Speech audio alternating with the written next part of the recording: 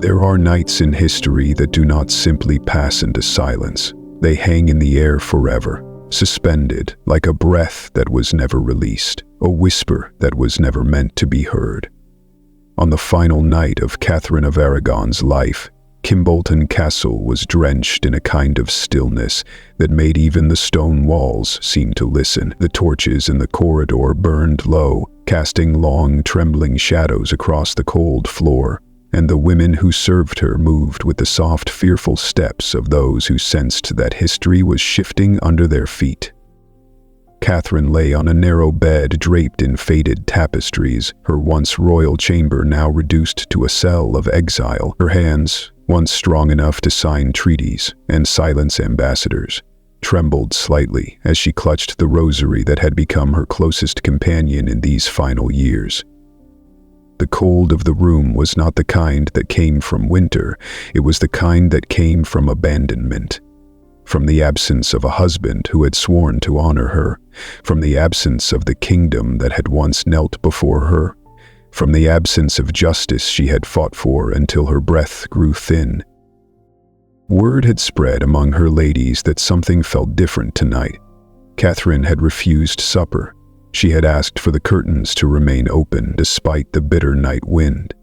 She had spoken only in hushed tones, as though her voice were walking on sacred ground.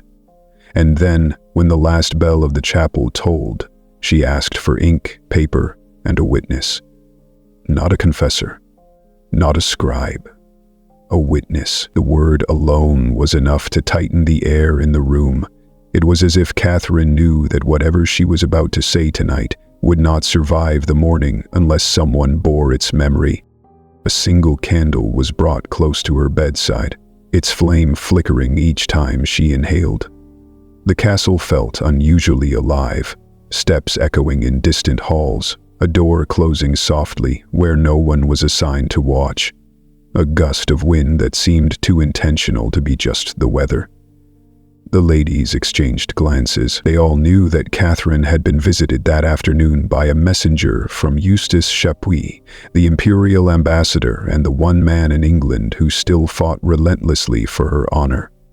No one knew what message had been delivered, but Catherine's eyes had taken on a sharp, almost illuminated clarity after reading it, as if some final piece of a long-given puzzle had been placed in her hands. When she finally spoke, her voice was softer than anyone remembered, yet steadier than ever. She said she wished to leave behind a final confession, not of sins, but of truth. A truth, she said, that the Tudor court had worked tirelessly to bury. Her ladies froze, their breaths trapped in their throats. Catherine closed her eyes briefly as though gathering strength from a place beyond the reach of earthly grief, and then she whispered a sentence that none of them would forget for the rest of their lives, a sentence that would become the heart of the mystery historians would chase for centuries. "Before I die, the world must know what was done to me and what I discovered." But outside the room, footsteps stopped. Someone was standing just beyond the door, listening. The door to Catherine's chamber did not open, but the presence behind it felt unmistakably human, too steady, too intent, too aware. Her ladies exchanged a quick, frightened glance, yet none dared to speak. Catherine's gaze followed the tension in the room, and for a brief moment her weary eyes sharpened, carrying the same commanding authority she once wielded as Queen of England. The authority that could silence entire courts with a single word. "Close the door properly," she said calmly, though no one had touched it. One of the women stepped forward, her hands trembling, and pressed the heavy wooden door shut until the iron latch clicked into place. The presence vanished as if swallowed by the darkness of the corridor, yet the unease it left behind lingered like a shadow no light could chase away. Catherine drew a slow breath, gathering enough strength to raise herself slightly against the pillows. The candle beside her flickered violently, throwing enormous distorted silhouettes against the walls, and for a moment the chamber seemed to breathe with her. "Tonight," she whispered, "everything must be spoken."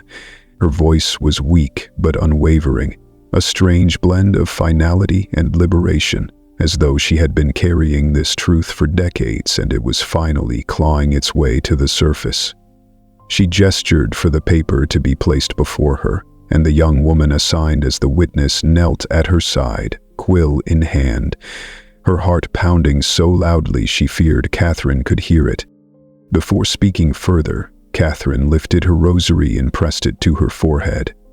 Her lips moved in a silent prayer, but those who had served her long understood that Catherine's prayers were not always for deliverance.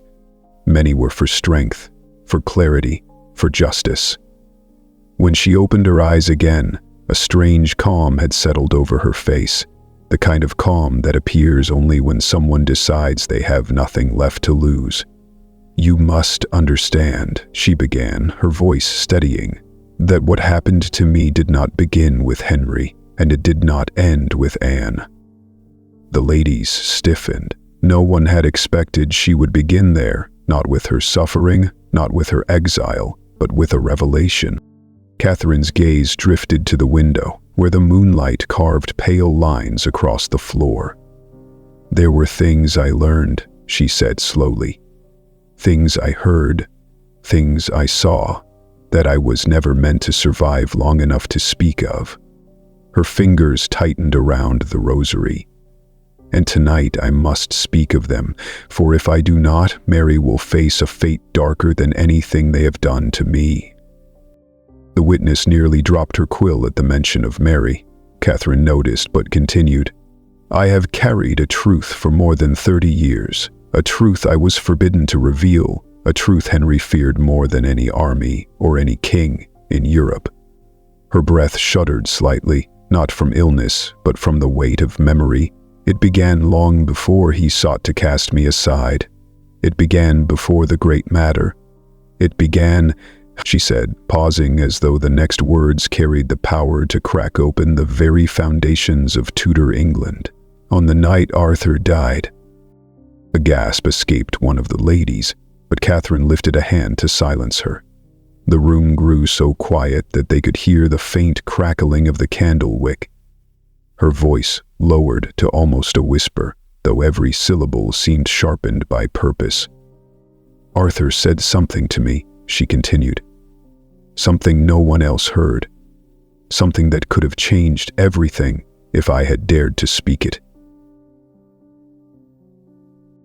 She closed her eyes, gathering herself, and when she spoke again, her voice trembled not with weakness, but with the memory of fear. "And now, before I die, the world must know what he told me." The witness dipped the quill into ink. Outside the door, the footsteps returned. This time, they did not leave. The footsteps outside Catherine's chamber grew heavier, slower, as if the person behind the door had decided they no longer needed to hide the fact that they were listening. The ladies stiffened again, but Catherine lifted a hand, not in fear, but with the quiet authority of someone who had lived too long with danger to be startled by it anymore. "Let them listen," she whispered, and the words seemed to send a shiver through the candlelight itself. "Truth has waited long enough." The witness steadied her trembling fingers on the parchment, and Catherine's gaze drifted into a distance so deep it seemed she was no longer looking at the room, but at a memory suspended in time.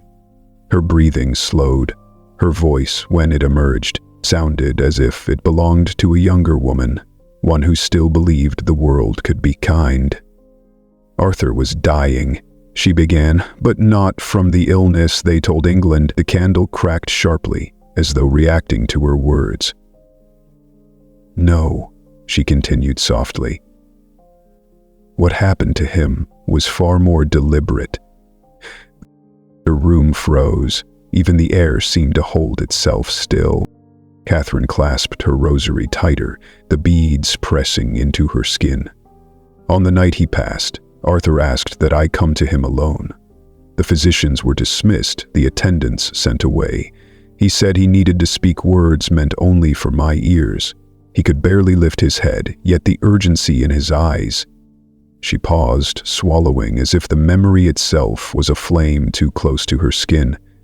He told me that his illness had come suddenly, violently, without warning, not the lingering fever they would later claim, not the slow weakening of the body.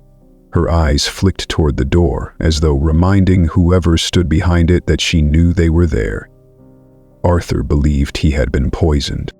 A sharp gasp broke from the witness, her quill dragging a crooked line across the parchment. Catherine did not scold her. Instead, she lowered her gaze as though offering a quiet prayer for a soul that had died too young. "He said," she continued, "that he overheard something. Voices arguing in the chamber next to ours. A disagreement about timing, about risk, about whether his death should come before or after a particular announcement from the king," Catherine exhaled shakily. Arthur recognized one of the voices, and it terrified him. The ladies leaned in, breathless. "It was the voice," Catherine said slowly, "of a man who would one day shape the fate of England more than any other. A man who hid his ambition behind devotion. A man who pretended to serve the crown while weaving a web that ensnared us all." Her voice dropped to a whisper that seemed to echo. "Cardinal Wolsey." The room erupted in soft, horrified murmurs before Catherine lifted her hand again, restoring silence. Arthur believed Wolsey wanted him gone. He believed the succession had to shift, not toward a frail prince barely 17, but toward the younger brother whose temperament could be molded, whose desires could be shaped into something useful. I did not understand what that meant at the time. I was 15. I was frightened. I believed the world too honorable for such treachery. Her eyes glistened with something more painful than tears. I was wrong. The candle's flame dipped low, nearly extinguishing, before flaring to life again. "Arthur told me," Catherine whispered, leaning slightly forward, "that if he died, I must not let them separate me from the royal family, that there were forces who wished to rewrite the succession, to control the future through the one prince they could manipulate. Stay close to them," he told me. "Stay close, or everything will fall." Her voice quivered. Those were his last words. The witness struggled to breathe, the weight of history pressing on her chest. She dipped the quill back into the ink, her hand trembling so violently that drops splattered onto the page. Then Catherine said something that made even the candle seem to recoil.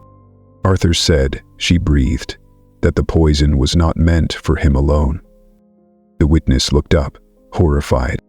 Either more, he'd believed, Catherine whispered, that the cup they shared, the cup they passed between them that evening, had been prepared for both of us. The candle snapped loudly.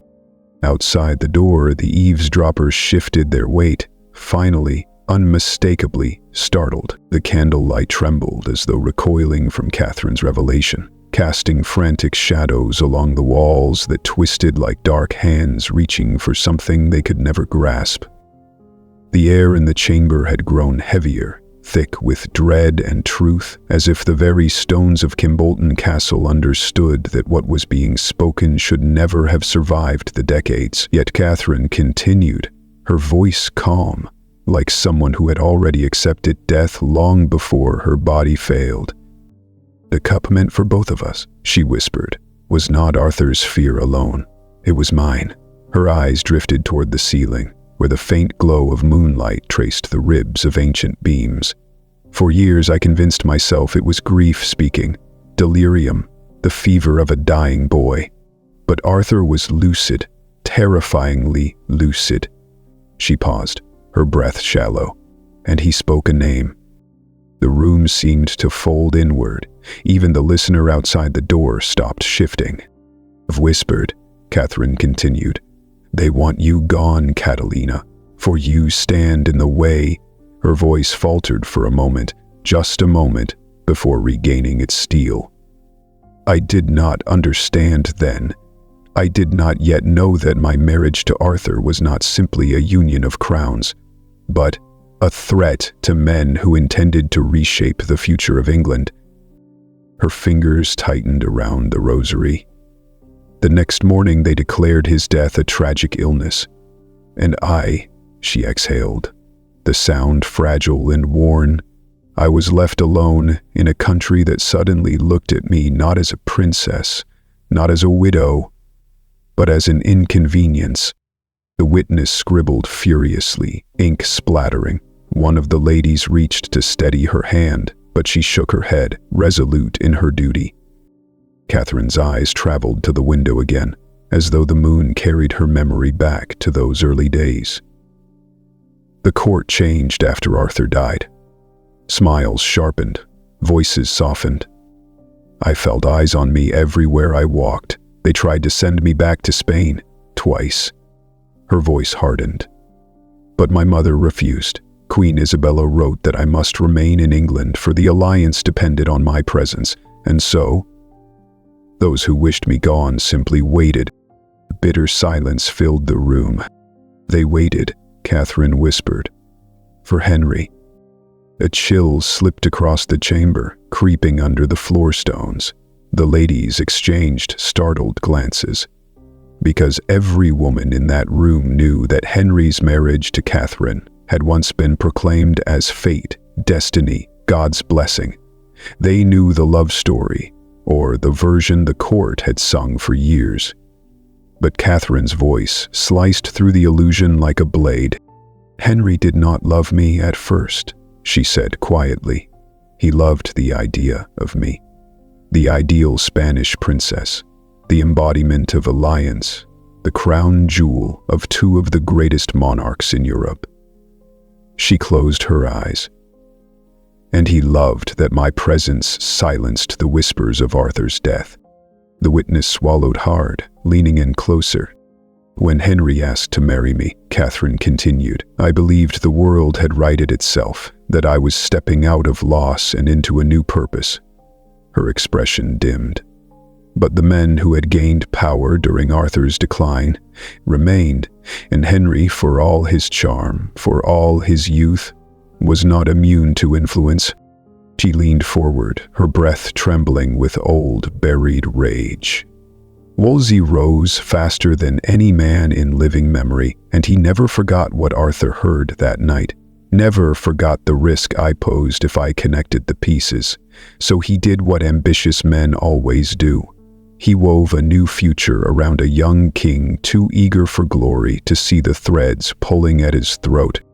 Her voice softened. "At first, Henry listened only to me. He was gentle, earnest. But over time, I noticed changes. Whispers shared behind closed doors, sudden decisions made without me, letters sealed with Wolsey's hand, not Henry's." Her gaze shifted toward the door again. "And then one day, I overheard something I prayed for years was a misunderstanding." She inhaled sharply, eyes widening with the clarity of memory. "I heard Wolsey telling Henry that a king must not be bound by foreign queens, that power should not be diluted by alliances he did not choose, and that," she paused, her voice tightening, "if a king's wife knew too much, it was safer for England if she were removed quietly." A suffocated gasp spread through the chamber. Catherine lowered her head. That was the day I realized Arthur had been right, and that the danger had not ended with his death. It had merely changed faces. The candle sputtered violently and nearly extinguished, and for several heartbeats the room fell into near darkness. When the flame flared back to life, Catherine's face glowed with a fierce, tired determination. "And so," she whispered, "I learned to survive in silence, because the truth Arthur entrusted to me, the truth his death wished to erase, was now the truth Henry's advisors feared most." Her voice lowered, trembling with exhaustion. "England abandoned its dying prince, and in doing so it created a king they could control." The witness's quill stopped. The footsteps outside the door inched closer. The footsteps outside Catherine's chamber lingered, like a shadow pressed against the door, heavy with intention yet still unwilling to reveal itself. But Catherine no longer flinched at the presence. She seemed almost accustomed to the silent watcher who had followed her across the years, through palaces, councils, and exile. Her voice, when she finally spoke, carried the weight of that long companionship with danger. "When Henry and I first married," she said softly, "I believed for a brief and fragile moment that God had granted me peace." The memory softened her expression, and her ladies lowered their eyes, out of respect for a happiness that had long since vanished. He was gentle then, so gentle that it frightened me more than cruelty ever could. He greeted me every morning with scripture and earnest devotion. He wanted to be the king his father had never trusted him to be, and perhaps the husband he believed Arthur had not lived long enough to become. A thin smile ghosted across her face before dissolving into sorrow. For a time, I allowed myself to believe I had outrun the shadows Arthur warned me of. "But shadows," she breathed, "know how to wait." The witness bent closer to her parchment, the quill trembling in her hand as Catherine's words descended deeper into a past no historian had ever truly understood. "In those early years," Catherine continued, "I saw only goodness in Henry. He sought justice, he hated deceit. He rewarded loyalty with a sincerity that seemed to come from the core of him, and yet," her voice hollowed, "he was surrounded by the most deceitful men in the kingdom." She inhaled slowly, the rise of her chest barely perceptible. "Wolsey fed him confidence like a drug. He crafted his victories. He whispered over his shoulder with the ease of a man who believed he had been born to shape kings. And Henry, young and eager for purpose, listened." Her eyes darkened, as if the memory itself cast a shadow across her face. "At first, the changes were subtle. A decision made without my counsel, a meeting I was not invited to attend, letters sealed not with Henry's hand but with Wolsey's. And then," Catherine's voice dipped into a brittle whisper, "Henry began spending long hours in his private chapel." The ladies stirred uneasily, but Catherine pressed on, gaze fixed on a point far beyond the chamber walls. "There was a day I returned earlier than expected from prayer. I passed by the chapel. The door was open, barely enough for truth to slip through." She exhaled, the sound cracking under the weight of remembrance. Henry knelt before the altar, but he wasn't praying. He was listening. There was someone inside with him. I recognized the voice instantly. Wolsey. His whisper slithered through the chamber, promising Henry that he was chosen by God alone, that the crown did not come from lineage but from divine favor, and that a king blessed by heaven owed loyalty to no one.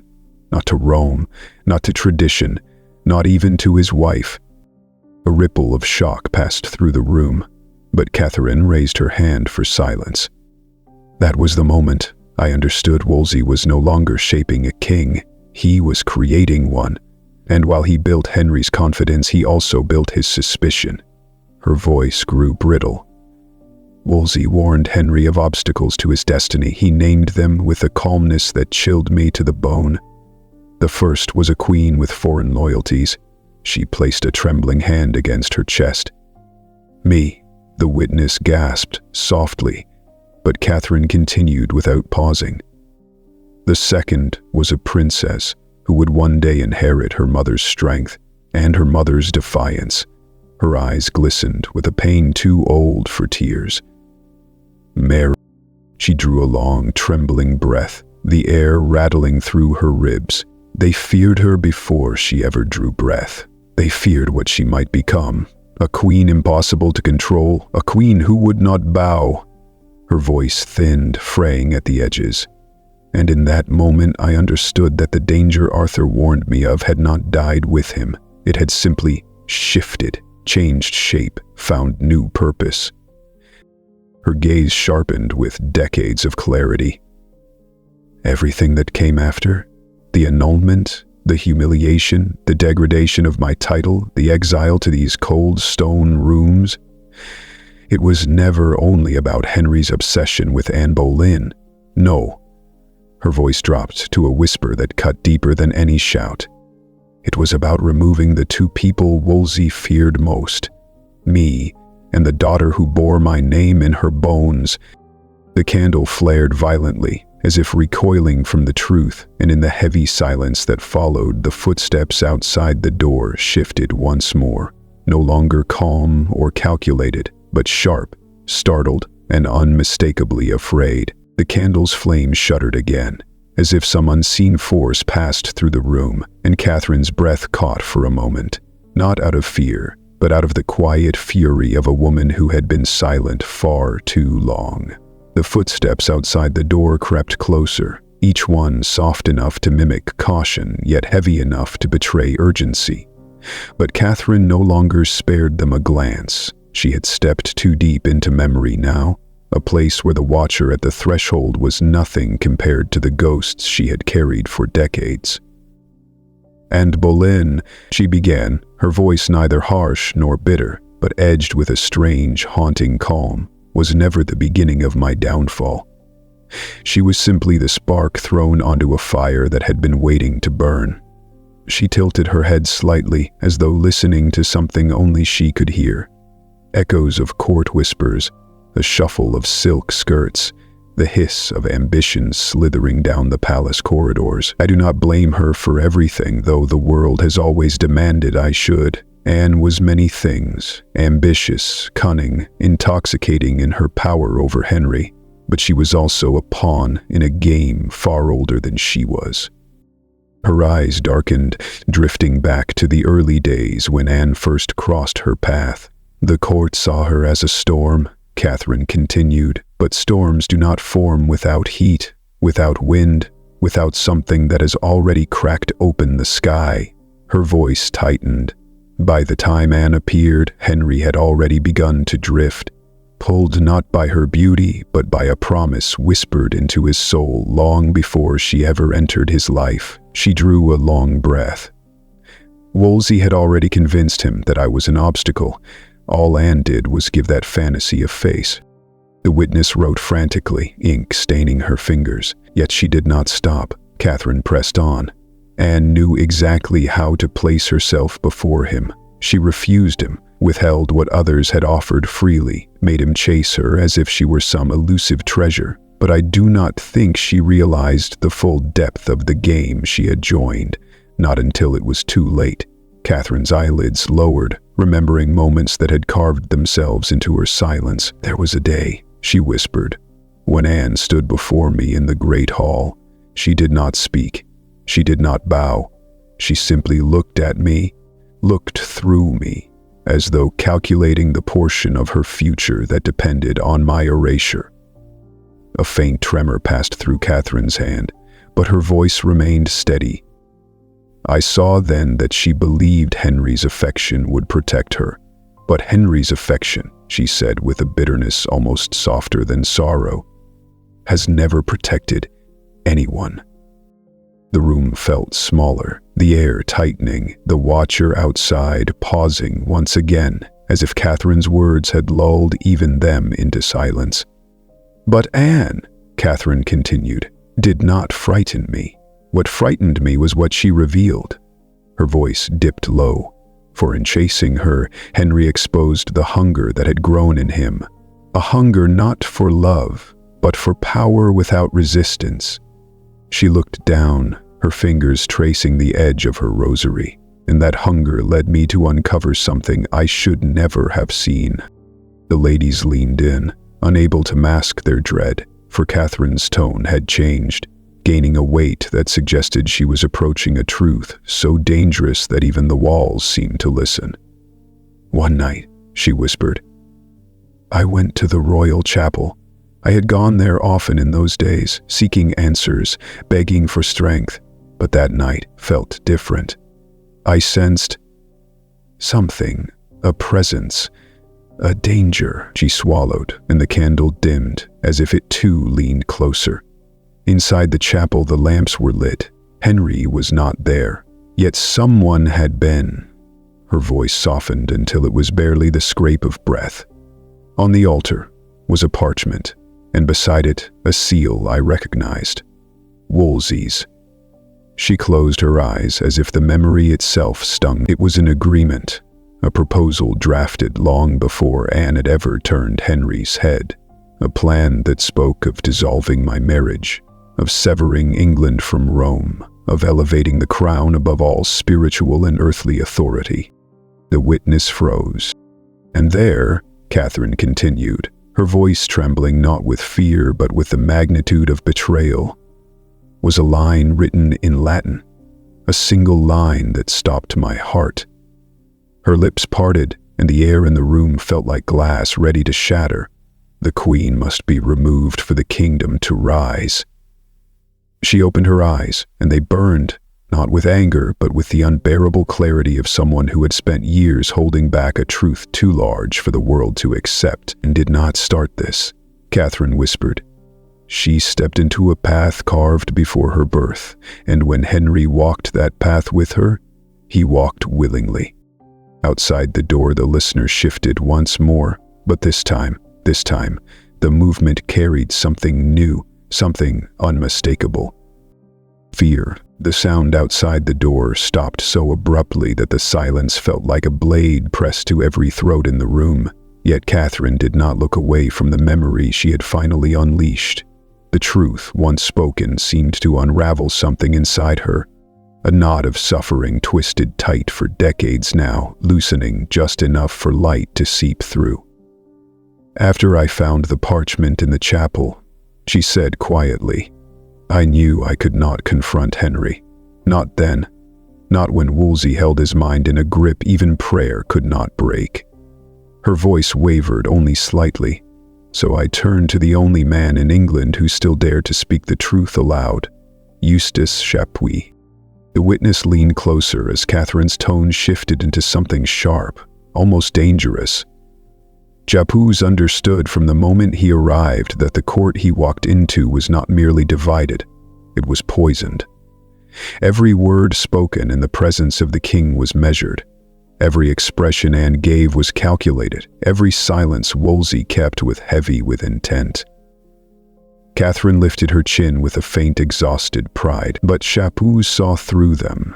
He saw what they feared, and he saw what they were building. Her fingers brushed the rosary with the gentleness of a woman remembering strength gained at the price of blood.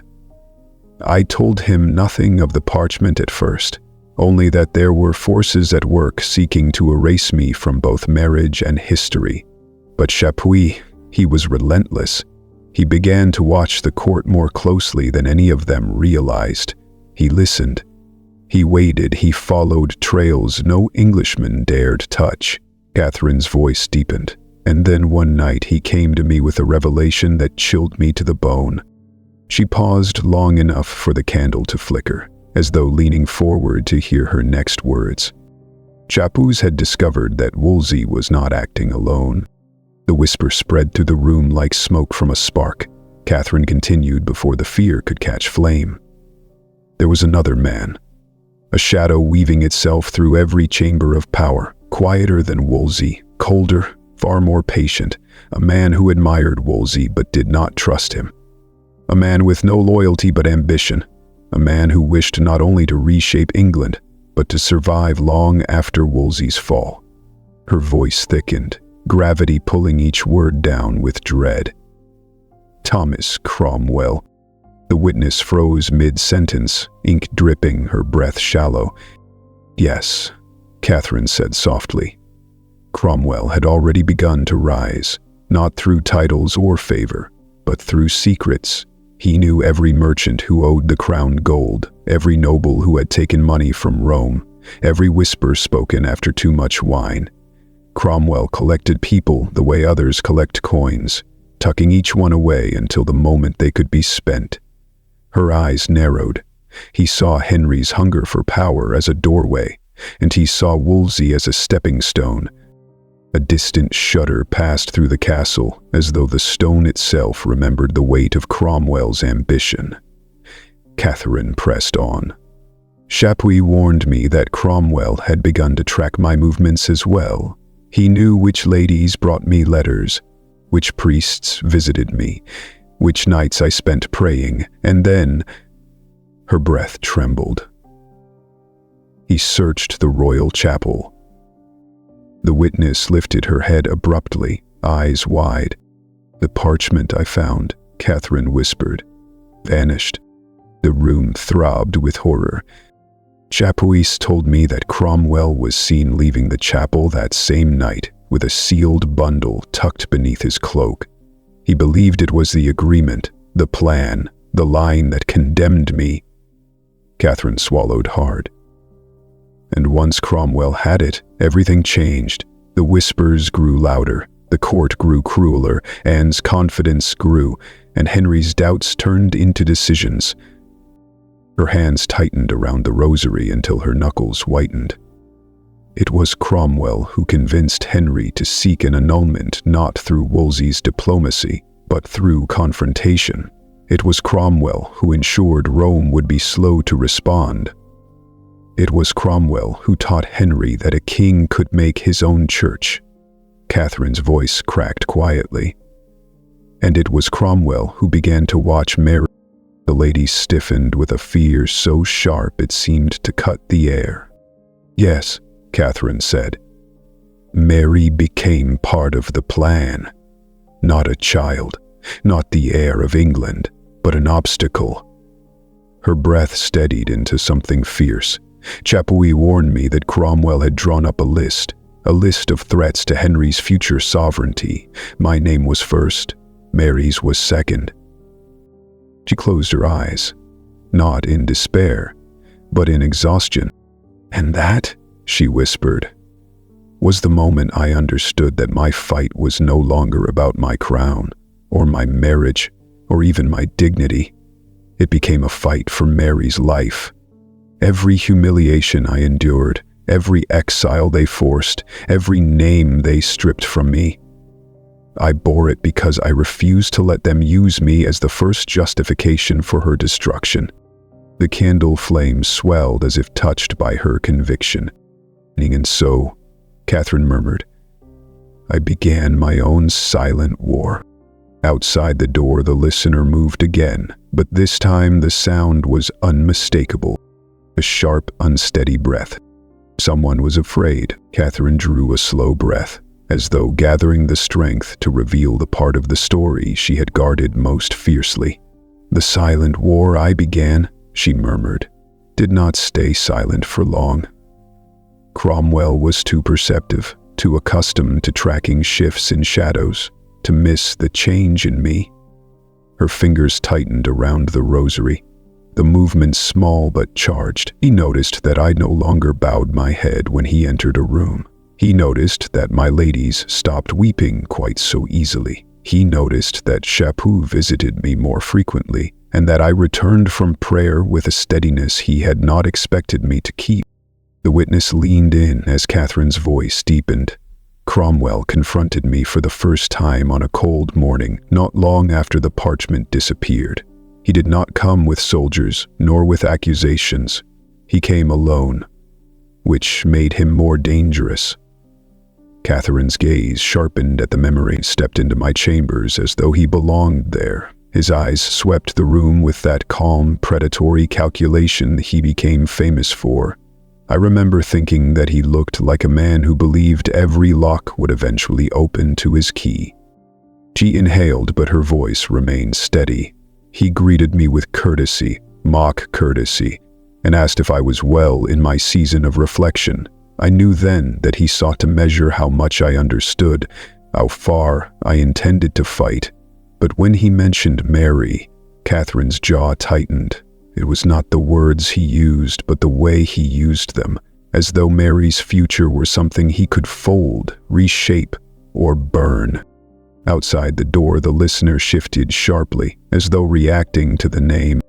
"Cromwell told me," Catherine continued, "that loyalty to Rome was no longer loyalty to England, that the princess who clung to my teachings might find her position uncertain, that the king's patience with disobedience, even innocent disobedience, had grown thin." She exhaled slowly. It was the first time anyone had dared imply Mary's life could be touched. "Shh." Every time the candlelight drew long shadows across Catherine's face as she spoke. I told Cromwell that Mary would not bow to a lie for the sake of comfort, that she would choose righteousness over fear. And he looked at me, she whispered, with the kind of pity a wolf gives a lamb. For a moment, the room fell colder. After that encounter, Catherine said, Cromwell no longer pretended neutrality. He moved through the court with a purpose sharpened by certainty. He began to tighten the noose around Anne as well, not because he wished to save me, but because a queen with her own ambitions was no longer useful to his plans. He needed a king without emotional attachments, without hesitation, without conscience. Her voice lowered further. Chabot warned me that Cromwell had begun reshaping the council. Men loyal to Wolsey vanished quietly. Men loyal to him appeared in their place. Every passing week, Henry's world shrank until only Cromwell's voice echoed in it. The witness swallowed, her quill trembling. Then Catherine continued. A message arrived, not from Henry, not even from Cromwell's own hand. It was from an unnamed counselor, one I suspected Cromwell had coerced into becoming his messenger. The note informed me that the king found my presence at court disruptive, and that it would be in the interests of harmony for me to accept a quieter residence. Kimbolton. The ladies around Catherine stiffened. I knew it was not Henry's idea, Catherine said. Henry loved spectacle. He needed a war to feel like a victor. He would never choose silence as the method to defeat me. No, silence was Cromwell's weapon. Her eyes darkened. I refused. Politely, formally, but firmly. I sent word through Chapuis that I would not leave my position unless commanded directly by the king. Cromwell expected defiance, but he did not expect something else. She paused, and the witness leaned in, breath held. But did not expect me to expose him. A murmur rippled through the room.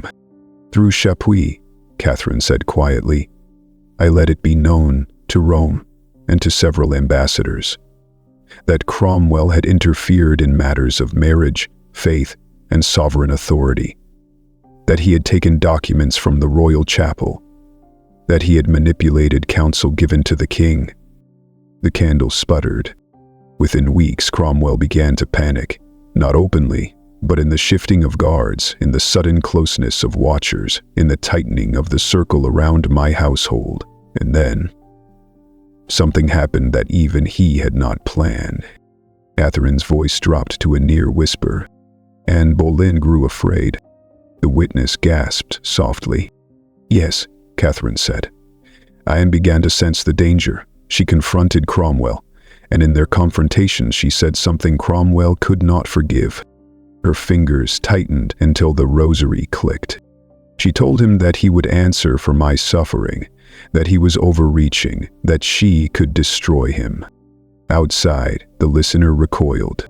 And so, Catherine murmured, the man who had first helped Anne rise began to plan her fall.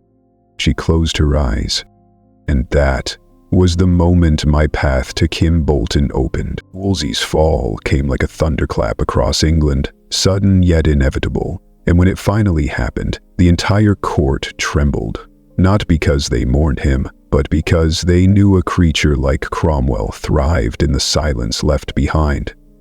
Catherine felt the shift long before anyone dared speak of it. When Wolsey fell, she whispered, the court did not rejoice. It held its breath. For a man like Wolsey dies loudly, but a man like Cromwell rises without a sound. She closed her eyes briefly, recalling the moment Chapuis delivered the news. His arrest was swift, his titles stripped, his possessions seized. They said he begged Henry for mercy. Henry, who once called him father. Catherine's voice carried neither pity nor triumph, only a deep, ancient understanding. Wolsey was not undone by his sins, but by the one sin the Tudor court never forgave, losing the king's favor. But what unsettled Catherine more was the look on Chapuis's face when he lowered his voice and said, "My lady, Cromwell is already replacing him," she said. "Replacing him," Catherine echoed, her fingers tightening involuntarily. But Cromwell did not replace Wolsey's warmth, or his charm, or his diplomacy. He replaced his influence, he replaced his access, and he replaced the fear Wolsey once commanded. For the first time, a tremor traveled down her spine. "Wolsey died on the road to his trial," she murmured. "Some say from illness, some say from heartbreak. But I have always believed that Cromwell was relieved, one fewer man who knew the truth of Henry's transformation." The witness swallowed, unable to look away. "Wolsey gone," Catherine continued. Anne found herself without her greatest ally. She thought she had lost Wolsey years earlier, but the truth was far crueler. She lost the man who could keep Cromwell in check. In the days that followed, the palace seemed to shift on its foundations. Henry became unpredictable, one moment devoted, the next distant. He moved through the halls as though wrestling with an unseen force, and with every crack in his composure, Cromwell slipped further into his mind. But the greatest shift came from Anne. Her fear grew sharper, Catherine said. Her confidence cracked. She challenged Cromwell again and again, and each time he responded with the calm of a man sharpening a blade. One night, Chapuis arrived at Catherine's chambers with a face pale as frost. "He told me," Catherine whispered, "that Cromwell had begun drafting strategies not merely to secure the annulment, but to isolate Mary." The witness gasped. "Yes," Catherine said, her voice tightening. He did not say it outright, but the implication was clear. Anne had demanded it, to eliminate any threat to her own future children, and Cromwell, ever practical, saw Mary's removal as a convenient solution to both Anne's insecurity and my defiance. Catherine drew a long breath. And so the council met, in secret, under Cromwell's direction. It was a storm Catherine had sensed long before it arrived, but nothing could have prepared her for the message that came days later. A message written with such cold courtesy that it burned more sharply than any insult. "A royal decree," Catherine whispered, separating Mary from me. The ladies in the room flinched. The letter claimed it was for her education, for her proper place, for the order of succession. But I knew, I knew that none of those words were true. Her voice grew thin and sharp as a blade. It was to break me, to break her, to make us both kneel. The candle dimmed. "I begged Henry for mercy," Catherine murmured. "Not for myself, for her. I wrote him letters, pleading, reminding him of the child he once cradled, but every plea I sent returned unopened." The witness covered her mouth to keep from crying out. "He was then," Catherine said, her voice nearly collapsing under the weight of memory, "that I learned the last truth Wolsey ever told me. Long before he fell." The room froze. "Beware," he said, "a king who believes he hears God." Her voice became a whisper carved from grief. Henry no longer heard God. He heard Cromwell. And outside the door, the listener let out a quiet gasp, one that sounded very much like recognition. The night before they came for Mary, Catherine did not sleep. She sat upright in her chamber, rosary trembling between her fingers, as though some unseen weight pressed against her ribs. "A mother knows," she whispered, "long before the world chooses to speak the truth aloud." And that night, Catherine felt her heart tightening with a certainty too heavy to bear.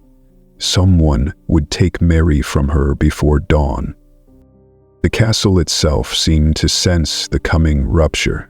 The corridors groaned with draughts, the stones breathed cold air, and the candle flames shivered restlessly, as if unable to remain still under the weight of what approached. Even her ladies-in-waiting moved like shadows, silent, watchful, terrified to speak for fear their voices might break the fragile skein holding the night together. Catherine's eyes did not move from the door. Hours passed, the moon rose, the air thickened, and then footsteps, slow, measured, irreversible. To meet them, he did not knock, Catherine said, her voice raw.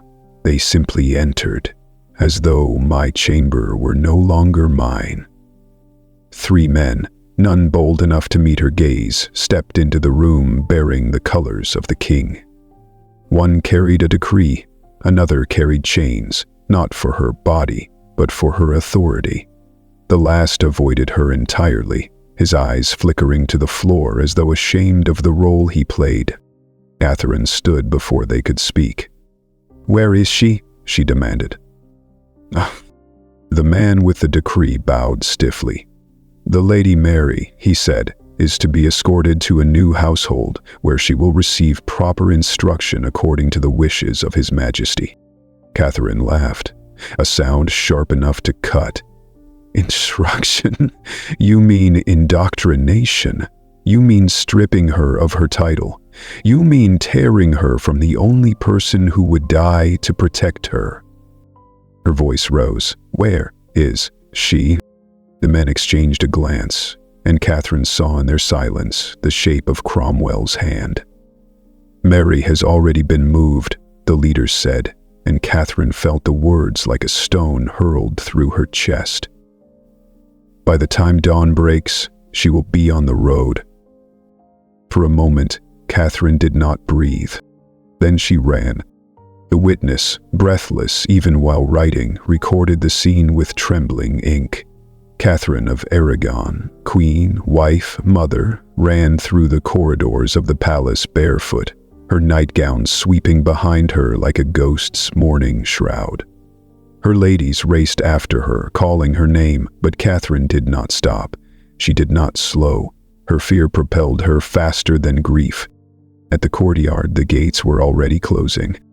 Mary's small figure, wrapped in a cloak too large for her, stood in the center of a cluster of guards. She looked confused, frightened, but brave in the way only a child taught by suffering could be. When she saw her mother, she broke free from the guard's grasp. "Mother!" Mary cried, the single word shattering the night. Catherine reached her just as the guards moved to intervene. She pulled Mary into her arms, holding her so tightly that the child could barely breathe. "Listen to me, my heart," Catherine whispered against her hair. "You are not what they say.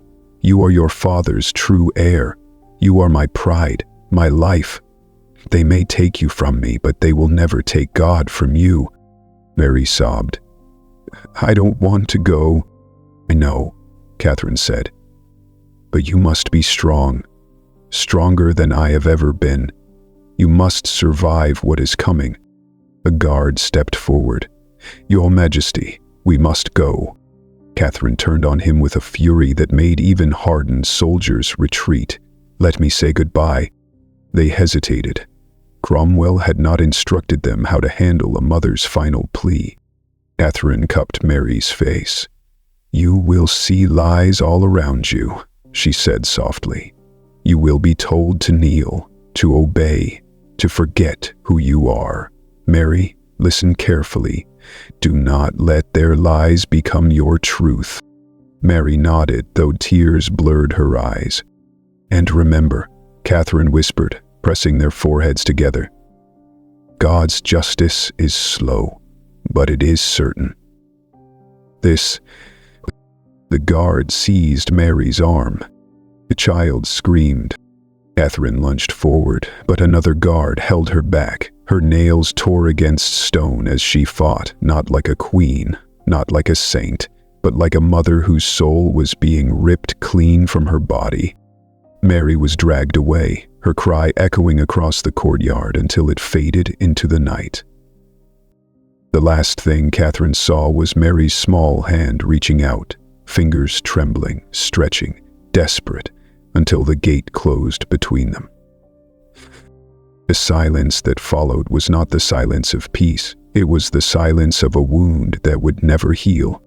"They thought," Catherine whispered, her voice hollow, "that taking Mary from me would break me." She lifted her gaze.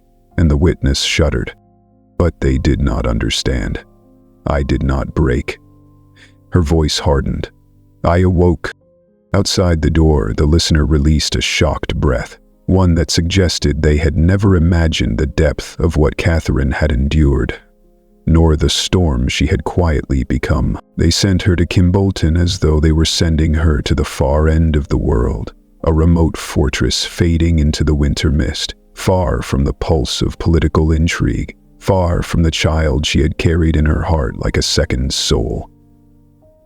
Catherine watched the landscape withdraw behind her carriage window, the hills darkening, the sky lowering, the trees bowing in the wind as though paying silent tribute to a queen they were forbidden to defend. Each mile that carried her farther from Mary felt like a thread being pulled from the fabric of her life. Iltron, Catherine whispered, as the silhouette of the castle emerged, bleak and gray, was never meant to be a home. It was meant to be a tomb. The gates opened for her with a hollow groan, as though the stones themselves resented becoming the walls of her final years. Servants stood in rigid lines, some frightened, some sympathetic, none allowed to speak freely. They had been instructed that she was not to be called queen, not to be honored, not even to be comforted beyond the barest courtesies. Cromwell had seen to that. But grief brings a clarity that Catherine had not known even in the height of her power. I entered Kimbolton, she murmured, not as a prisoner, but as a witness. Her steps echoed down the narrow halls, each one sounding like the tolling of a distant bell. She felt something shift inside her, not the collapse that Henry and Cromwell hoped for, but something stranger, deeper. I felt, she whispered, as though God had begun to close a book, and I was turning the final pages. Her health, once resilient even under grief, began to falter in those first weeks. A fever settled into her bones like an old enemy claiming long-denied revenge. Some nights she woke gasping, as though invisible hands pressed against her chest. Other nights she heard the faint sound of weeping in the corridors, though she could never find its source. The castle felt haunted, but not by ghosts, haunted by endings. And then, one night, Catherine had a dream. She stood in the great hall of Westminster, wearing her coronation robes, the crown heavy upon her brow. Mary stood beside her, older, no longer a child, but a woman with fire in her eyes. Henry was there too, but at a distance, his face blurred as though he were fading. Catherine reached for Mary's hand, but the moment their fingers touched, the hall dissolved into smoke. When the smoke cleared, only one thing remained, a sheet of parchment, blank, waiting. Catherine awoke with tears on her cheeks. That was the night, she said softly. I understood. God was not asking me to reclaim my crown. He was asking me to leave behind the truth. Her witness's hand trembled. Catherine continued. I asked for quills, ink, paper. I told my ladies I wished to write letters, to Mary, to Henry, to a few trusted friends. She paused. That was not a lie, but it was not the whole truth. The whole truth was this. Catherine had begun writing something else, something she had never intended the court to see, something she believed England would need long after her bones had turned to dust. I began to write, she whispered, my final confession. Not a confession of sin. The priests had taken that from her. Not a confession of defeat. Henry had torn that possibility away the day he separated her from her daughter. No. Catherine wrote a confession of memory, of warning, of revelation. She wrote of Wolsey's manipulation, of Cromwell's rise, premade of Anne's desperation, of Henry's drift into a darkness he mistook for divine purpose, of the parchment in the chapel, of the council that condemned Mary, of the night they were torn apart.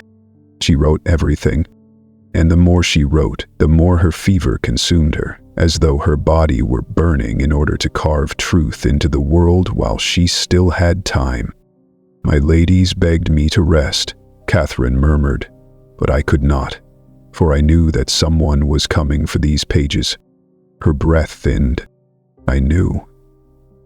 Because I saw him." The witness stiffened, palmed. "Night," Catherine said, voice tightening. I woke to the sound of footsteps in the corridor. Not the hesitant steps of servants, not the light steps of my ladies. A heavy, measured tread, a man's tread. The witness swallowed. "When I opened my eyes," Catherine whispered, "someone was standing in the doorway. A shadow. Who? Still watching." And then, Catherine said, he spoke. The listener outside the chamber door sucked in a breath, because they already knew the name before Catherine said it. Maurice Cromwell. Cromwell did not move when Catherine spoke his name. He stood in the doorway as though carved from stone, his tall, angular silhouette cutting sharply against the faint torchlight seeping in from the corridor. The cold air clung to him like a second cloak, but what struck Catherine was not his presence. It was his stillness. Cromwell was a creature of motion, calculation, and silent steps slipping through the cracks of power, yet now he stood frozen, as if waiting for the weight of her recognition to settle between them. When he finally spoke, his voice was steady and low, neither respectful nor cruel, nearly stating facts the way others might state the weather. "You should not be awake, Your Highness. Your health is precarious. You should rest." Catherine's reply was soft but sharp. "You came to ensure that I do not." He stepped inside, closing the door with a deliberate click that sounded like a verdict. "Kimbleton is not a place for unrest," he answered. "It was chosen so you may reflect, pray, make peace." She held his gaze. "You mean so that I may die?" A faint flicker, quick as a shadow behind glass, passed through Cromwell's eyes, then vanished beneath his usual controlled blankness. "Death comes to all, Your Highness, some sooner, some later," Catherine whispered, "and some because you arrange it." His jaw tightened. Barely, but enough. He approached her writing table and let his eyes sweep across the pages, scattered with half-dried ink. He did not touch them. "Yet, His Majesty is concerned for your soul," Cromwell said. "He hopes you will confess your errors before the end. It will bring peace to England." Catherine released a soft, humorless laugh. "Peace? You speak of peace as though you have not spent years feeding on discord." Cromwell didn't react, but his silence sharpened like a blade being drawn. "You misunderstand me," he said slowly. "I do not sow discord. I remove obstacles." Catherine lowered her voice. "My daughter is not an obstacle." He looked away. "We speak not of her." "Then we should," Catherine insisted. "Because everything you have done, stripping my title, isolating me, tearing Mary from my arms, was designed to weaken her before she could grow strong enough to challenge you." Cromwell turned his head back toward her, slowly, dangerously. "Challenge me?" His voice was quiet, but with a depth that warned she had pressed against something volatile. "No," he continued. "Not me." Catherine's breath faltered for a heartbeat. Cromwell stepped closer, his shadow stretching like a blade across the floor. "You think all this was for Anne. You think it was for Henry. You think I act out of loyalty, but loyalty is a luxury. Stability is a necessity. England is changing, Your Highness. The old ways die. The new must take root. And your daughter, your blessed, brilliant daughter, had to be shaped before she could shape the realm." Catherine whispered. "Shaped? You mean broken?" Cromwell's face remained unreadable. "I mean taught. A kingdom cannot afford a queen with your defiance, your conscience, your influence." Catherine clenched her rosary until the beads dug painfully into her palm. "You fear Mary because she sees you for what you are," Cromwell answered calmly. "I fear no one, but I anticipate everyone. and only then did he reach toward the table. Not for the pages about Henry or Anne, nor the notes about the council, but for the sheet Catherine had tried to hide beneath another page, the one containing her account of the mysterious parchment in the chapel. His voice dropped lower. "This should have been destroyed years ago." Catherine rose from her seat, weak but unyielding. "That parchment proves the truth." "It proves," Cromwell cut in, "that the king's path was chosen for him before he had the strength to choose it himself. And that is a truth England must never hear." He lifted the page. Catherine stepped forward. "Burn it if you wish. Destroy everything I have written, but you cannot change the truth. You can only delay its arrival." Cromwell studied her, and for the first time, Catherine saw something crack beneath his composure. Neither guilt nor fear, but recognition. "You believe truth survives because it is righteous," he said quietly. "I do," she replied. He shook his head once, final. "Truth survives only when men in power permit it." Catherine met his gaze. "And yet here I stand, still speaking." His eyes hardened. "That is why you must be silent." He turned toward the candle with the page in his hand, the flame trembling in the draft. Catherine's pulse quickened, not from fear, but from purpose. "Cromwell," she said, her voice steady enough to freeze him mid-step. "You are too late." He stopped. Catherine let her next words drop like stones into water. "I made a copy." For the first time since entering the room, Thomas Cromwell's mask slipped, and outside the door the hidden listener gasped, realizing in a single breath that Catherine's final confession might already be beyond Cromwell's reach. For a long moment the room seemed to stop breathing, as though the air itself recoiled from Catherine's words. Cromwell held the page suspended above the candle flame, the parchment trembling not from the movement of his hand, but from the sudden shift in the atmosphere. An unseen current Catherine had summoned with only 4 simple, devastating words. "I made a copy." He lowered the page slowly, almost cautiously, as if afraid that revealing his reaction too quickly would expose just how deeply she had struck him. Catherine watched every subtle change in his face, her own eyes sharp despite exhaustion.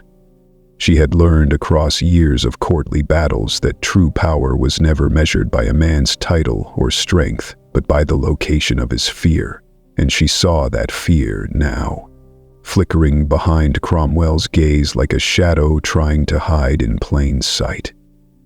Her slow slag hung in air. He was in so much fear, he did not breathe. "Where is it?" he asked at last, and the question was not a threat or an accusation, but something far more telling, a genuine inquiry. Catherine allowed herself a small, quiet smile, not a smile of triumph, but the peaceful, almost sacred smile of someone who finally understood her purpose at the threshold of death. "If you must ask," she murmured, "then it is already beyond your reach." Cromwell stepped closer, shedding the thin layer of courtly civility he wore like armor. "I will not ask again," he warned. Catherine's voice remained soft, unwavering. "You will, because you cannot afford not to." His control tightened around every word he spoke. The more he tried to appear composed, the clearer his desperation became. "You do not understand the danger you create," he said. Catherine met his gaze, steady as a dying flame that refused to extinguish. "Oh, I do. For the first time in my life, I understand it perfectly." She drew a breath, shallow but steady, like someone speaking from the edge of a precipice. "The truth I wrote," she said, "is not for Henry. He would ignore it. It is not for Anne. She would destroy it. It is not even for Mary, though someday it may find its way into her hands." Cromwell narrowed his eyes, suspicion simmering beneath the surface. "Then who?" he demanded. Catherine looked past him toward the frost-laced window where the winter moon pressed faintly against the glass like an unblinking witness to the scene. "God does not place truth in the hands of kings," she said softly. "He places it in the hands of the faithful." Cromwell stiffened. "A priest?" One of your confessors? No, Catherine answered. A servant? No. A lady in waiting? Catherine's silence spoke more clearly than words. Cromwell inhaled sharply as realization began to take shape. One of them betrayed you, he said. Catherine shook her head. No. One of them finally remembered who I was. Closing her eyes briefly, she summoned the memory with a gentle ache. It was the night Mary was taken, the night grief cracked me open. A hand, gentle, trembling, placed a cloak around my shoulders as I knelt on the cold stones, and in that moment, I understood.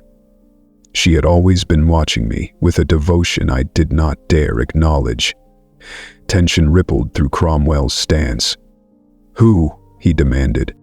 Catherine opened her eyes and spoke the name he had misunderstood, underestimated, and dismissed for years. Maria de Salinas. For a heartbeat, Cromwell's expression shattered, the mask slipping enough for Catherine to see the truth in him. Maria, her oldest friend, her companion from infancy, had remained in England despite exile, danger, and royal displeasure.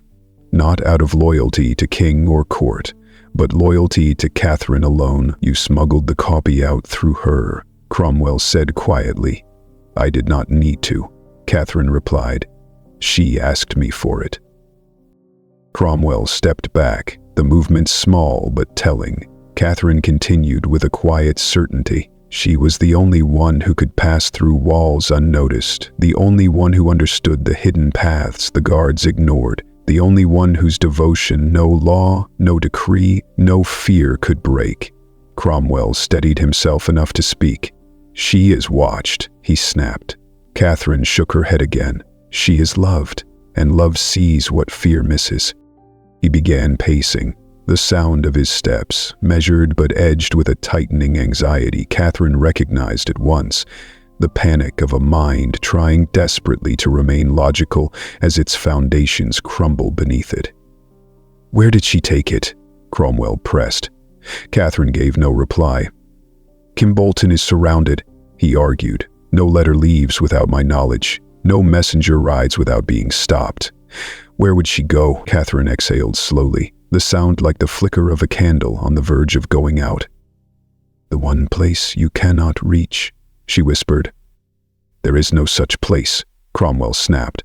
But Catherine's answer was already moving toward him like a tide he could not stop. There is, she said, and you have always feared it. Cromwell's voice dropped to a dangerous whisper. Name it. Catherine leaned forward, fever burning in her eyes, but purpose burning stronger. A Spanish house, she said softly, is not English ground. Cromwell froze, every muscle locking into place as understanding dawned with devastating clarity. Catherine delivered the final blow. She took my confession to the Spanish ambassador. The room fell into a silence so deep it felt like even the stone walls had stopped breathing. Outside the door, the hidden listener nearly stumbled backward in shock, fully comprehending the scale of what had just been revealed. A royal confession delivered to a foreign power. A truth that could shatter alliances, threaten Henry's legitimacy, and ignite the embers of continental conflict.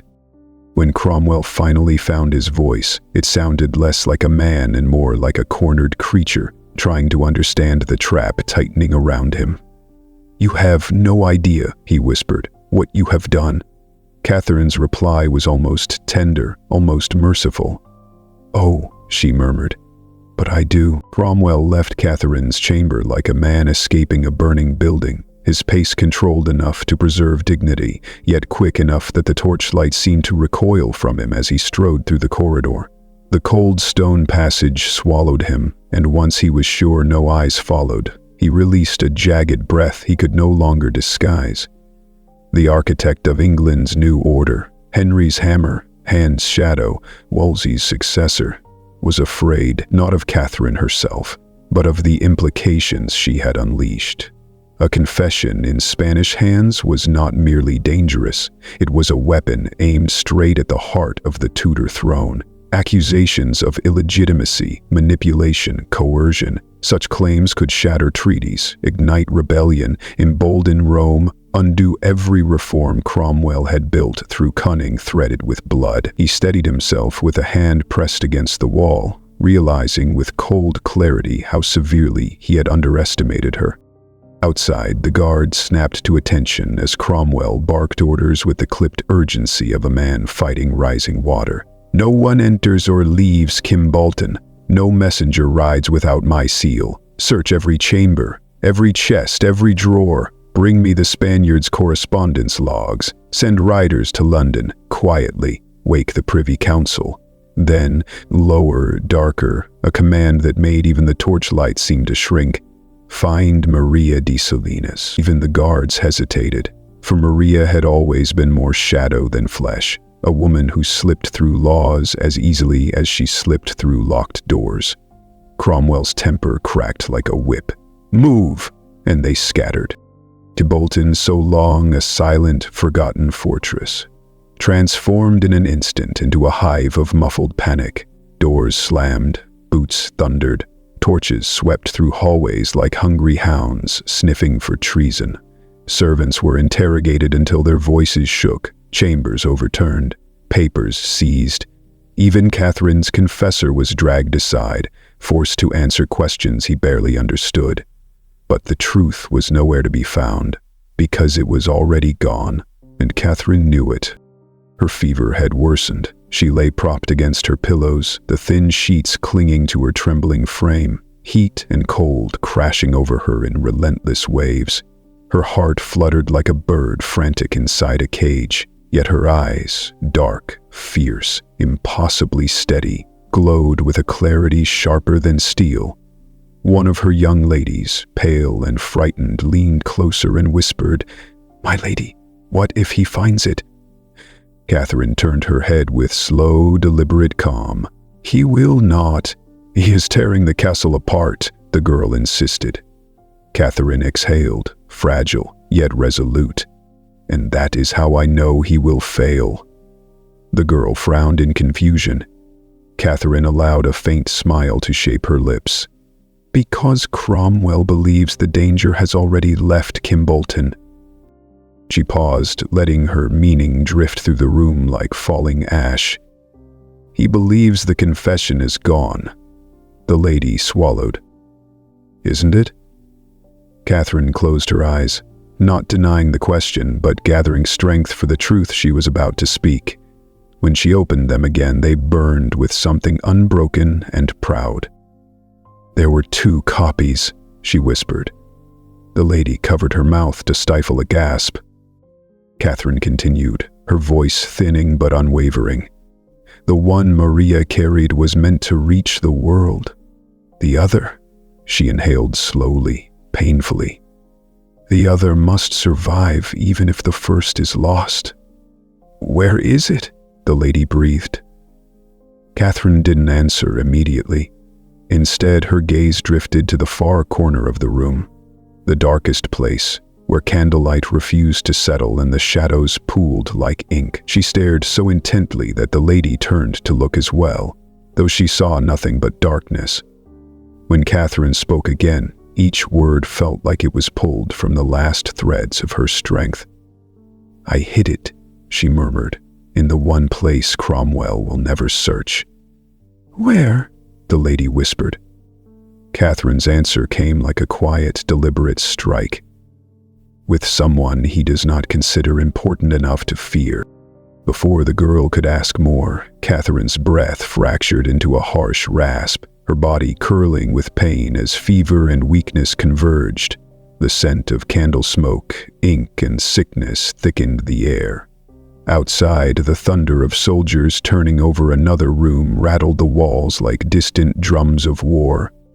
And then, unexpectedly, a soft tap sounded.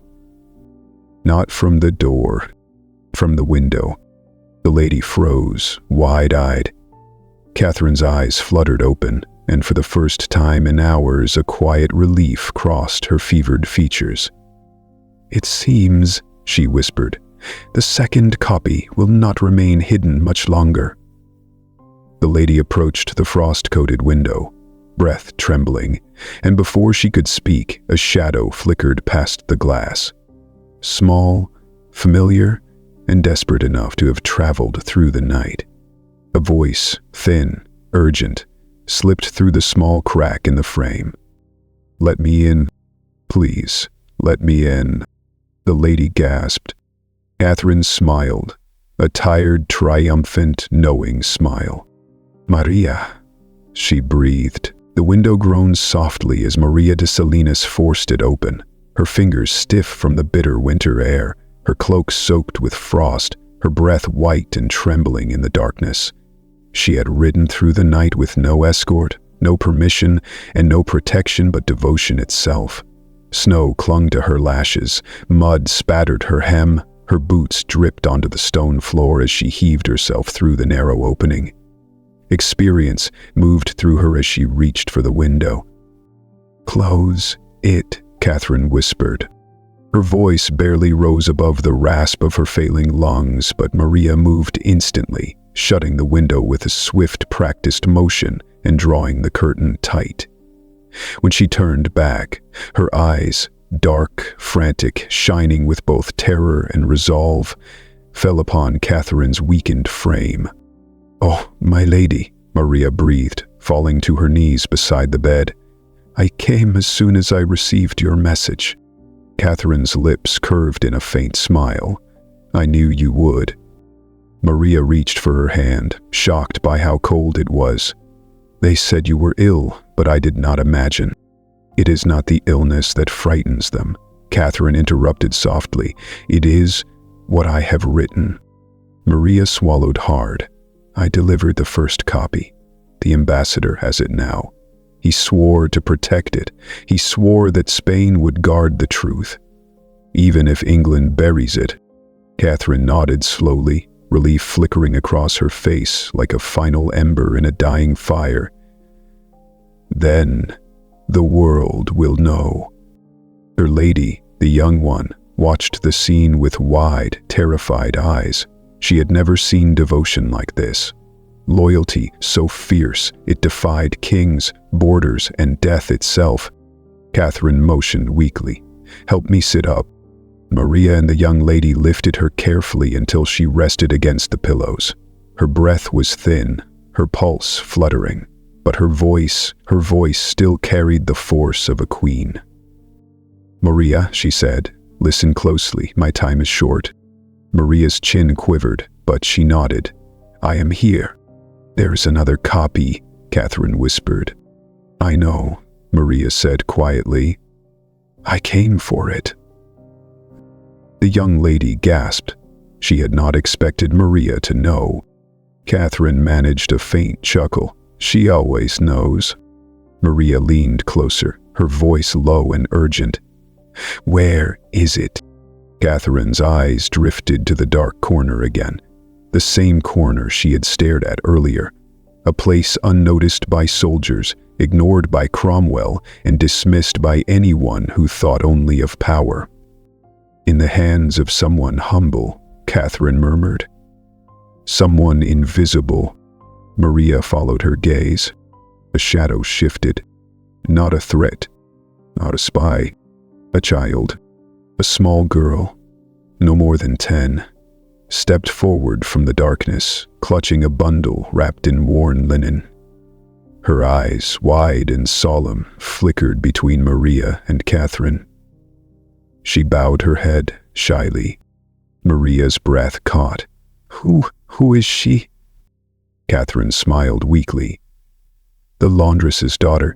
She comes each night to tend the fire. Cromwell never sees children, especially not girls."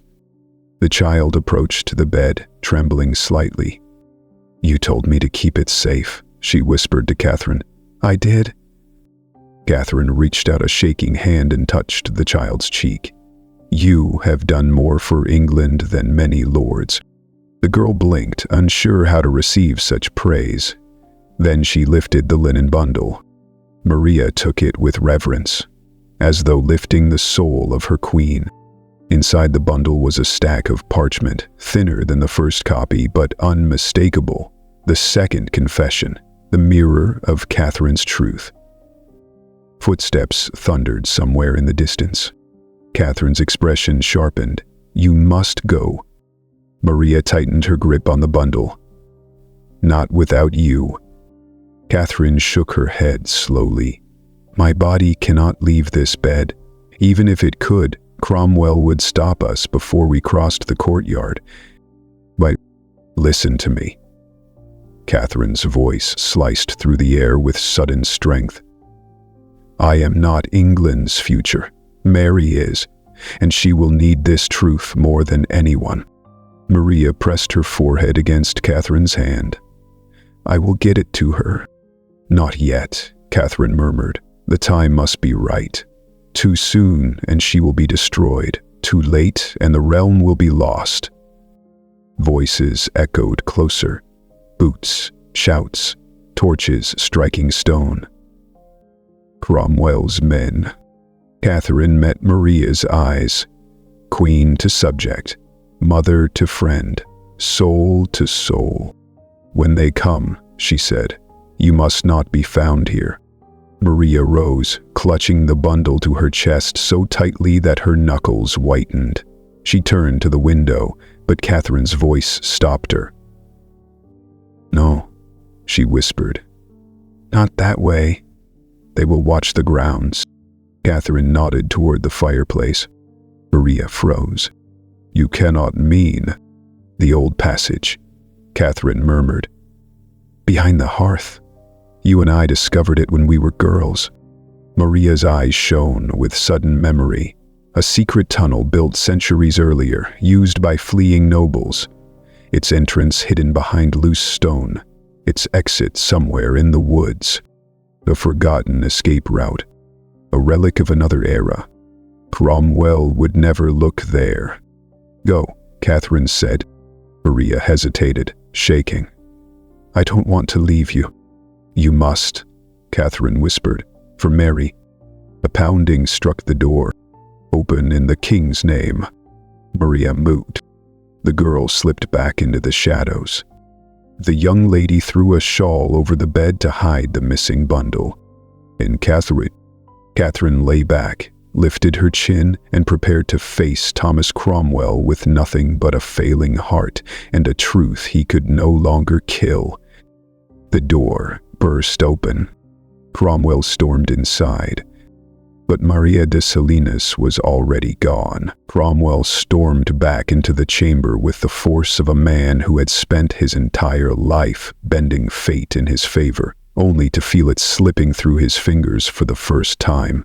He moved like a blade cutting through the air, fast enough that even the torchlight seemed to recoil from him. His eyes swept the room in a single predatory arc, sharp, furious, barely contained beneath his iron discipline. Two shadows flared behind him on the wall, elongated and distorted, like twin beasts closing in.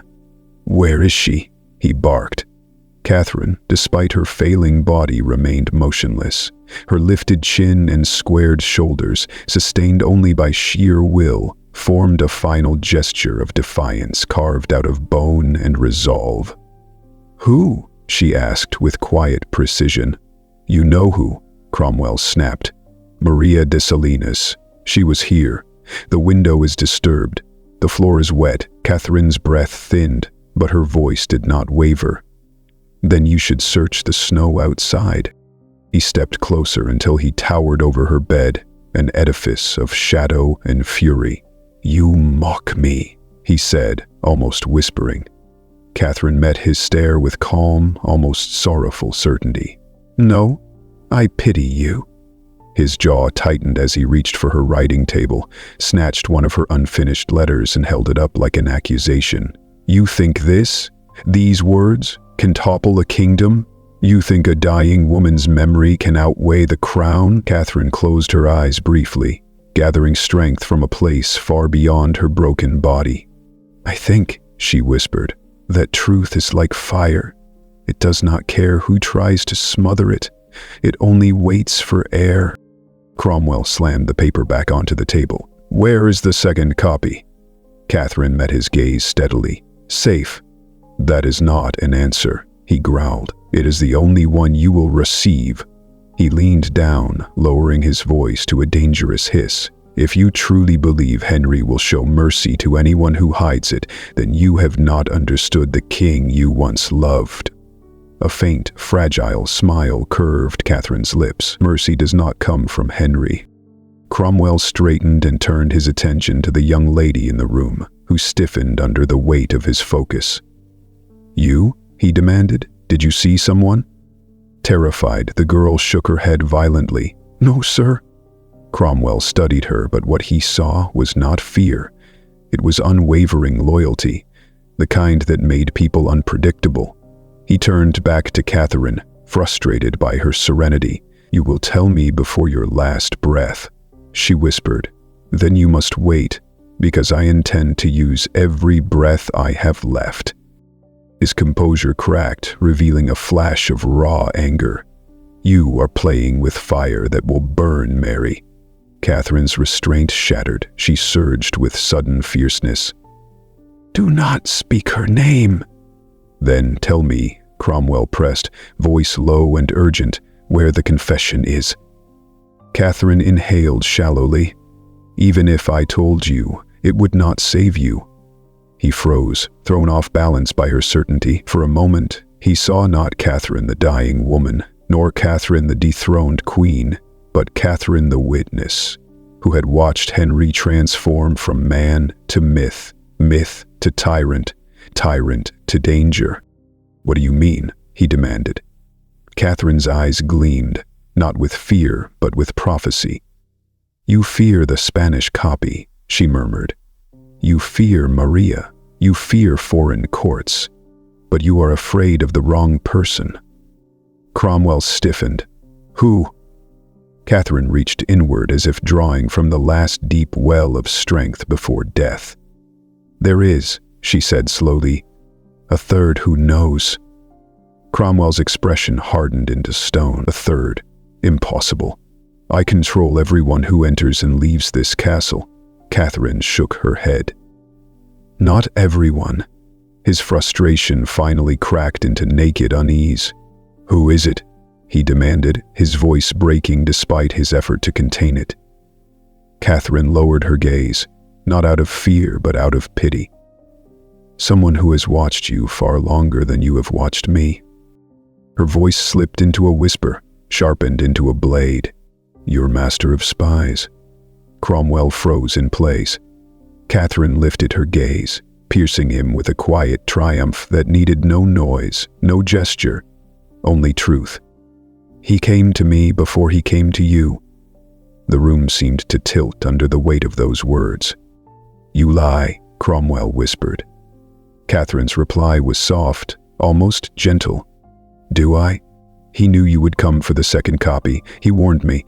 He is not loyal to you. He is loyal to survival." Cromwell's breath stuttered.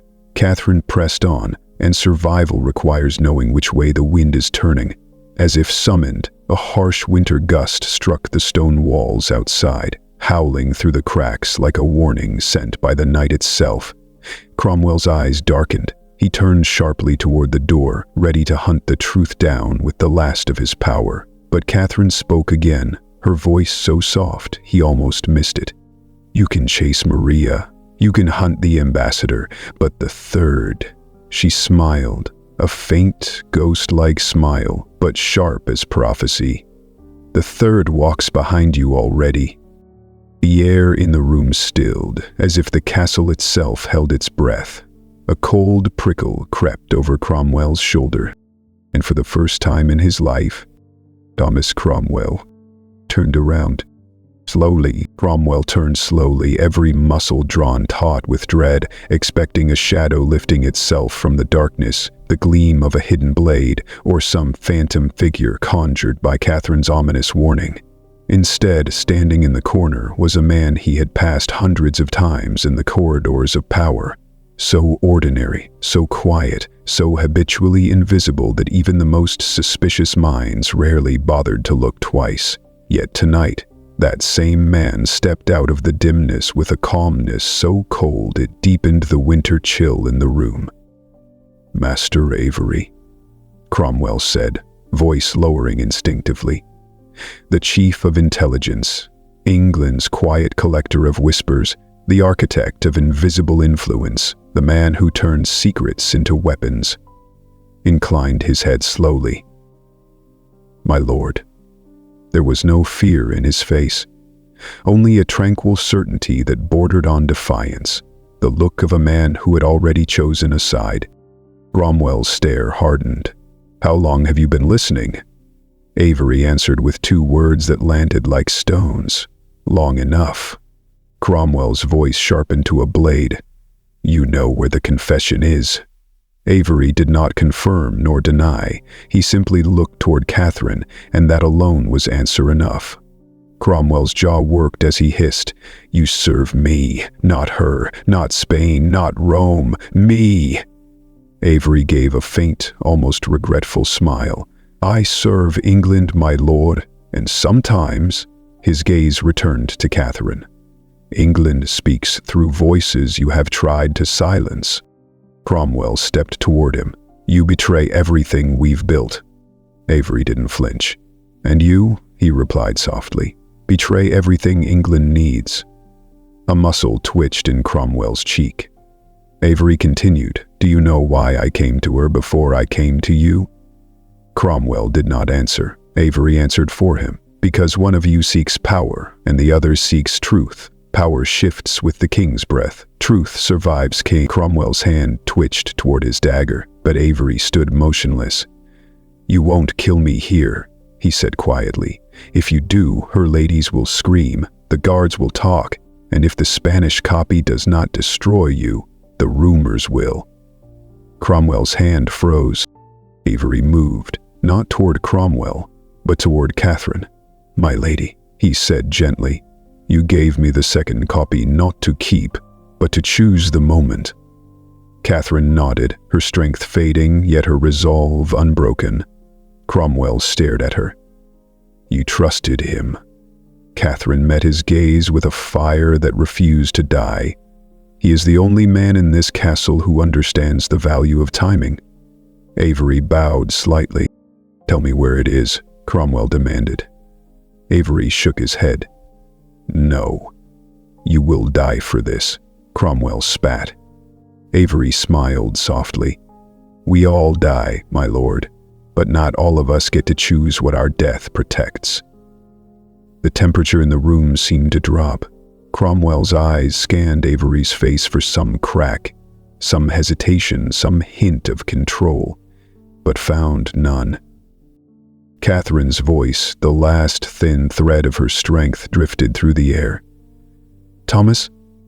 It was the first time she had spoken his name gently. He turned. Her eyes, dark and fever-bright, pierced him with quiet clarity. You will not win this, she whispered. Not because you are weak, but because Henry is already dying. Cromwell inhaled sharply. The king is. His body rots, Catherine murmured. His temper worsens. His mind fractures. The crown slips through his fingers, though he does not yet feel it. Cromwell paled as Catherine continued, each word heavy with prophecy. And when he falls, Mary will rise, not because he allows it, but because England will have no other choice. Avery bowed his head. Cromwell shook his own, but fear flickered beneath the denial. Catherine pressed on. You think the confession will destroy Henry. It will not. His own cruelty will. His own legacy will drown him. She drew a trembling breath. But the confession will save her. Silence thickened like smoke in the chamber. Mary will never sit the throne, Cromwell said quietly. Catherine smiled, a soft, mournful smile of absolute conviction. She already sits in the hearts of those who will place her there. Avery added, the court grows weary of Anne, of chaos, of reform. They yearn for stability. They yearn for a rightful heir. Cromwell muttered, they yearn for survival. Catherine whispered, and Mary is survival. Cromwell turned away sharply, shaken by the collapse of certainties he once believed immovable. Catherine, fading fast, looked to Avery and gave the faintest nod. He understood. It was time. Time to vanish into the shadows with the confession. Time to wait. Time to strike when England needed him most. He bowed. "My lady." Catherine breathed. "Go." He slipped from the room without a sound. Cromwell stood frozen, torn between fury, fear, and the terrifying realization that the world was shifting beyond his grasp. Catherine exhaled one last truth, soft but unbreakable. "Thomas, you cannot stop the future, not even with blood." Cromwell did not answer. He could not, because in that moment he finally understood. Catherine was already gone, not dead, but beyond his reach, and the truth she had unleashed was alive. Night settled over Kimbolton like a heavy shroud, the kind that suffocates sound and turns every breath into mist, and even the torches along the corridor seemed to dim themselves out of respect, their flames trembling as though anticipating grief. Inside Catherine's chamber, the air thinned until every inhale felt like a prayer pulled through cloth. The shadows stretched long across the floor, gathering in the corners like silent witnesses, and the room itself seemed to bow inward, as if time were kneeling at her bedside. Catherine's breath had slowed into fragile threads. Her skin faded to a waxen pallor. Her fingers twitched weakly around the rosary she could no longer fully hold. Her young lady knelt beside her, tears slipping soundlessly down her cheeks. Maria had already vanished into the hidden passage. Avery had disappeared into the night with the confession. And so Catherine lay there, still, poised, serene, like the calm center of a storm she herself had summoned. "Bring me a candle," she whispered. The girl hurried to place one at her side, and as it flared to life, the flame wavered, as though leaning forward to hear her. Catherine lifted her fevered but unbroken gaze to the trembling glow. "My third truth," she murmured, "must be spoken now, before breath leaves me." The lady leaned closer, unable to contain her sobs. Catherine continued, her voice thin as silk, but unwavering. "Tell Mary, the crown is not what makes a queen. It is endurance. It is conscience. It is surviving men who feared her mother." A violent cough tore through her chest, racking her body, but she forced her eyes open again with the will of a woman who had spent a lifetime refusing to bend. "And tell her, she will stand where I fell." The lady gasped, reaching for her hand, but Catherine pressed on. Her gaze sharpened, slicing through the dim chamber like the final stroke of a blade. "And tell Henry," she paused, gathering the last flicker of strength buried deep within her spirit. "Tell him he has torn his realm apart to quiet a guilt he cannot name, and when his nights grow long, when the shadows claw at his mind, he will see my face. Not to accuse, but to remind." Her breath grew shorter, shallower, trembling with exhaustion. To remind him of the woman he once loved, and the justice he tried to bury. "My lady, let me fetch the priest," the girl cried. "No," Catherine whispered, her voice a soft command. "He has said all he can say.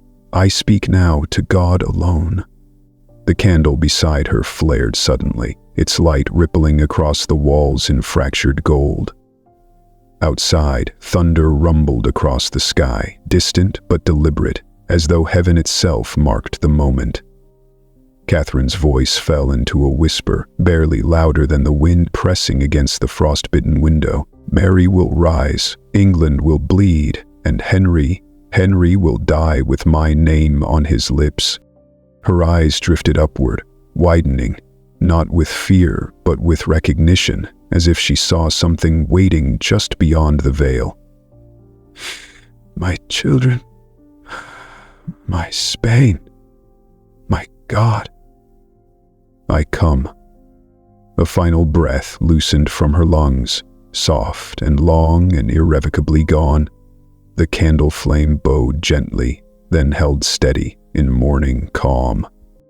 Catherine of Aragon, true Queen of England in all but title, had died. The news reached Henry at Greenwich before sunrise, carried by a courier who had ridden through the night with frozen fingers and terror sharpening every breath. Henry had just returned from a night of revelry, meat clinging to his teeth, wine still wet on his lips, when the messenger knelt before him, trembling as though he were delivering a prophecy rather than a report. The king snatched the parchment, read it once, read it again, then tore it cleanly in half as he roared, "Lies!" But the word barely escaped his mouth before his knees gave way beneath his massive weight. His ruddy face drained of color, his breath caught, and he sagged where he stood like a great oak cracking at its roots. Those who dared to watch from the shadows later whispered that he looked less like a king receiving news of a discarded wife, and more like a man losing the only person who had ever loved him without condition. He shut himself inside his chamber for hours. No music, no feasting, no laughter, no demands for entertainment, only silence thick as smoke, and the ghost of the woman he had torn from her throne, pressing against the walls. Catherine's absence filled the palace more powerfully than her presence ever had. Cromwell received the news differently. He dismissed the messenger with a flick of his hand and strode to his private chamber, shutting the door behind him hard enough to rattle the hinges. For a long moment he remained still, hands pressed against the table, head bowed not in grief but in ruthless calculation.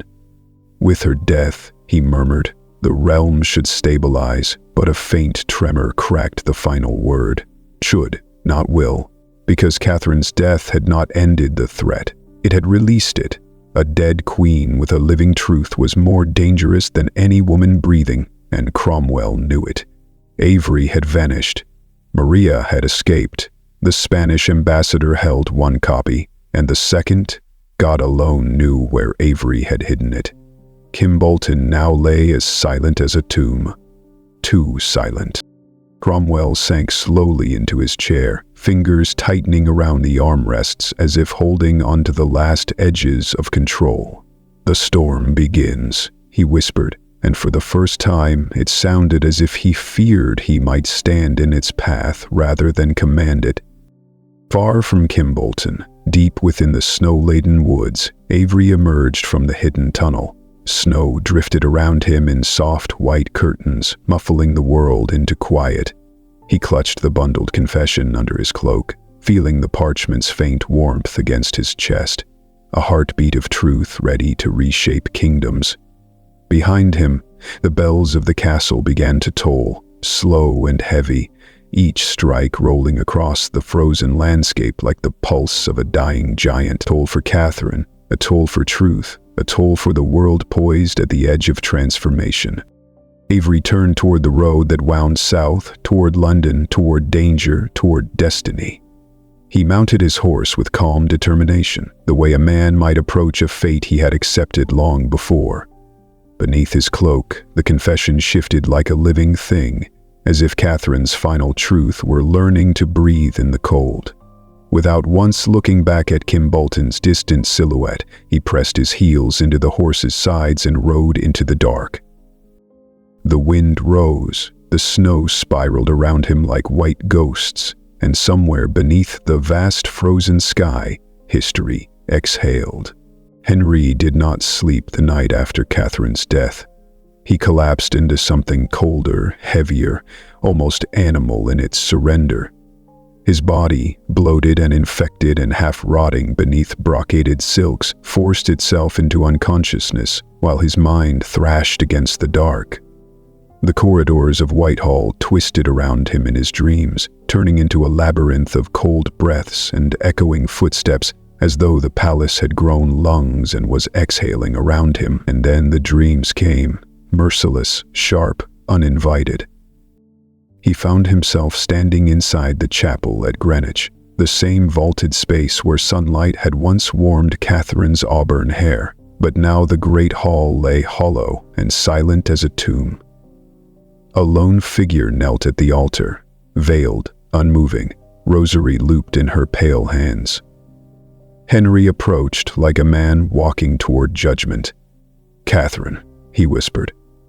The woman rose, and when she turned, she was not the young, radiant princess of Spain, nor the queen he had crowned in gold. She was the Catherine he had left to die, hollow-cheeked, burning-eyed, yet more alive in death than she had ever been in her final years. "You have buried many things, Henry," she said softly, "but not me." The chapel dissolved around him, tiles melting to water, water curdling to ink, ink rising as black smoke. But she walked toward him untouched. "You seek comfort in Anne," she murmured. "You seek absolution in Cromwell. You seek forgetfulness in wine." Henry staggered backward, breath ragged, collapsing to his knees like a terrified child. "What do you want from me?" Catherine leaned close, her breath cool as winter, and whispered, "To be remembered." Henry awoke with a scream that sent guards crashing through doors, though none dared enter. Cromwell, meanwhile, had no dreams, only calculations. Within hours of Catherine's death, he sent riders scattering across England like startled crows, north to York, west to Oxford, south to the ports, two toward London. He loosed spies into taverns, printing houses, foreign embassies, but none to Kimbolton. Kimbolton, to him, was now a husk, a grave with nothing left to retrieve. The secret had already fled. Avery had betrayed him. Maria had vanished. Spain had motive. The court had ears. Anne had enemies. Henry had guilt. And Cromwell had everything to lose. He slammed his fists onto the table so hard the inkpot jumped. "Find him," he snarled at his trembling messenger. "Find Avery. Search London stone by stone. If that document reaches the wrong hands..." He stopped, strangled not by fear, but by a fury so deep it left no room for air. The messenger fled. Cromwell stood alone, the chamber seeming to shrink around him, the window darkening, the future closing in like a fist. Catherine's last words echoed through his skull. "You cannot stop the future. Not even with blood." For the first time in years, Thomas Cromwell felt something unfamiliar. Fear. London sensed the shift before anyone dared name it. The sky turned a strange, pregnant gray, thick as damp wool stretched over the rooftops. The Thames slowed its current as though listening. Priests hurried between churches. Merchants lit candles at noon.